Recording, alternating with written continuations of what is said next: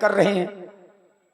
अब महाराज विभीषण मंदिर गए हुए हैं पूजा करने के लिए, लेकिन तभी रावण आया और उसने विभीषण जी का ही रूप धारण किया और राम जी के दल में प्रवेश कर गया। मैं रामादल आ गया, अब मुझे अपने चाचा विभीषण का वेश धारण करके रामादल में प्रवेश करना चाहिए।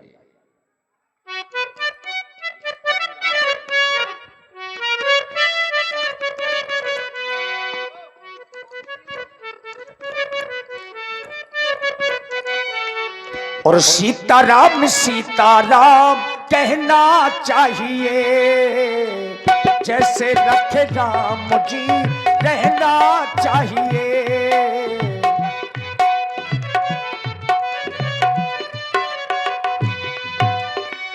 चाहते आराम में हो तो रोज ही सुबह शाम सीताराम सीताराम कहना चाहिए। जय श्री राम। जय श्री राम। भक्तराज जी, इस समय आपको तो पता है, इस समय पर प्रभु श्री राम जी और आपके भाई में युद्ध चल रहा है।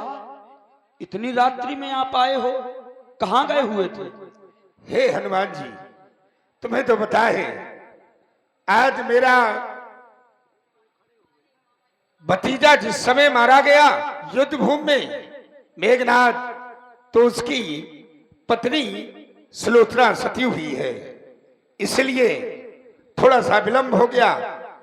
बड़ा ही अपार दुख था, लेकिन संध्या करने का बड़ा ही जो सुनिश्चित समय था वो समाप्त हो गया, इसलिए बहुत थोड़ा सा और दूर निकल गया, संध्या करने लगा और ये पता ही नहीं चला कि समय कितना हो गया है। इस बार आप हमें शिविर के अंदर आने दें, आज के बाद ऐसा कभी नहीं होगा। ठीक है, जाओ अपने शिविर में विश्राम करो। रहो सदा शान से। और ये क्या, अब मैं शिविर के अंदर प्रवेश हो गया हूं, देख रहा हूं सभी बंदर बालू सो रहे हैं, लेकिन ये हनुमान नाम का बंदर जाग रहा है। ये राम का बड़ा ही परम भक्त है, इसलिए से राम की दुहाई देनी पड़ेगी, तब ये सोएगा। राम मंत्र उच्चारण करना पड़ेगा। ओम राम रामेति, ओम राम रामेति, राम रामेति। अब सो गया। अब मुझे इन दोनों को अपने साथ पाताल ले जाना चाहिए। रहो सदा शान से भरोसे भगवान के।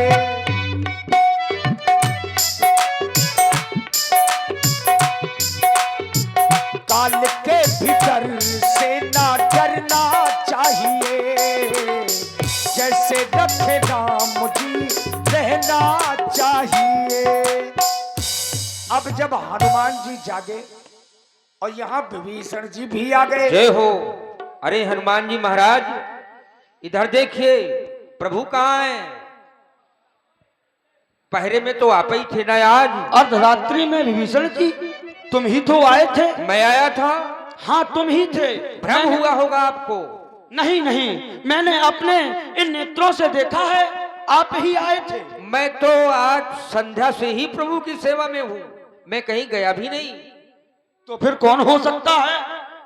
अगर मैं ही आया था तब तो निश्चित ही हमारे साथ भी छल हुआ है हनुमान जी, क्योंकि मेरा बेश विभीषण कर अनुहारी, मेरा बेश केवल एक ही व्यक्ति बना सकता है, वो है अहिरावण। मूल नक्षत्र में पैदा हुआ था, रावण ने पाताल में फिकवाया था, वहां का राजा है वो ही प्रभु को ले जा सकता है। मेरा बेश वही बना सकता है। बेश विभीषण कर अनुहारी, प्रभु के निकट आयो छलकारी, अय रावण लय गायो धेसा, इसमें नहीं है कोई अंदेशा। निश्चित ही हमारे प्रभु को वही चुरा करके ले गया। भक्तराज जी, आप कोई चिंता ना करें, मैं जाकर के प्रभु श्री राम जी को लेकर के आऊंगा। जय जय श्री राम। अब देखिए हनुमान जी कहां पहुंचे, ये तो निश्चित हो गया कि रावण ले गया, चूंकि यह रावण पातालपुरी में रहता है, और ज्यों ही महाराज हनुमंत लाल जी पातालपुरी में पहुंचे तो देखिए दो पक्षी आपस में चर्चाएं कर रहे हैं। अब वो चर्चाएं आप लोग सुनेंगे, और इन पक्षियों की चर्चाओं को सुनकर के ही हनुमान जी को निश्चित हुआ कि